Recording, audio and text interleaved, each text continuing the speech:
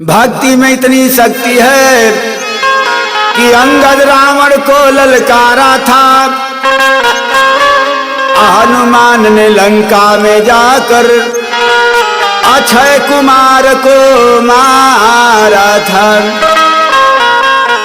भक्ति में पागल होकर सेवरी राम जी को पाई गई। भक्ति में पागल गौतम ऋषि की नारी अहिल्या स्वर्ग को सिधार गई।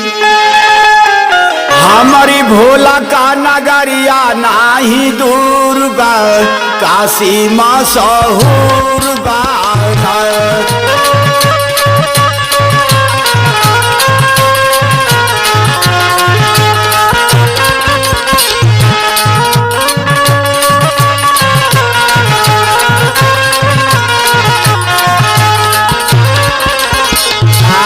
हमारी भोला का नगरिया नाही दूर बा, काशी मशहूर बाना।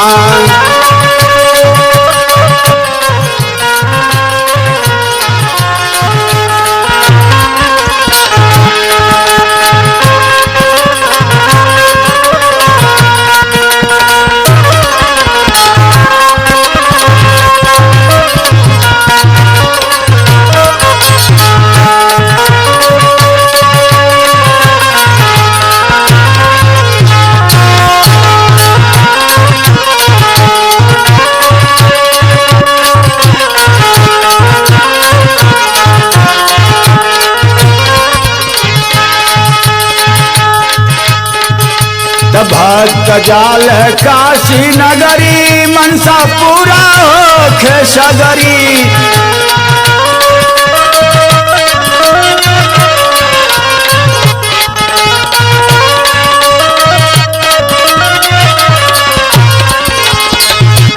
चरण ठीक हो तलंगना औरी सूरबा, चरण ठीक हो तलंगना औरी सूरबा, काशी मशहूर बाना।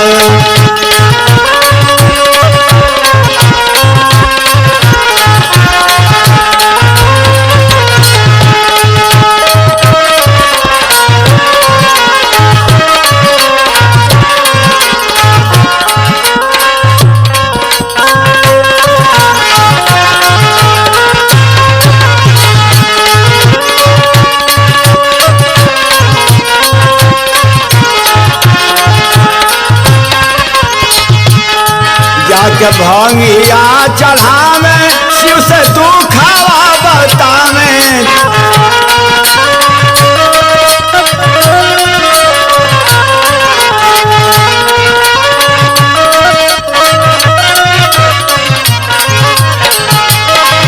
उनकी शरण गिर जे दुख से मजबूर बा, उनकी शरण गिरे जे दुख से मजबूर बा, काशी मशहूर बाना। हमारी भोला का नगरिया नाही दूर बा, काशी मशहूर बाना।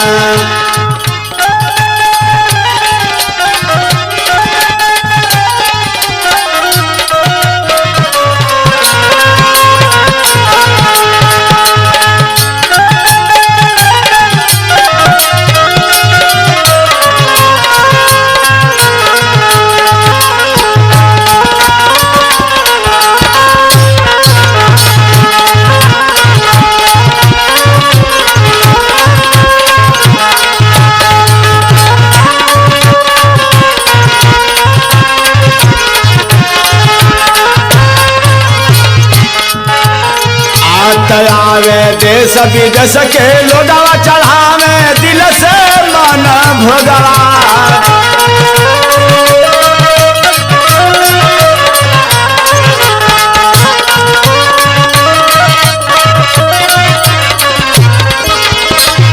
तो बाबा विश्वनाथ में शक्ति जरूर बा, तो बाबा विश्वनाथ में शक्ति जरूर बा, काशी मशहूर बाना। मरी भोला का नगरिया नाही मशहूर गाना।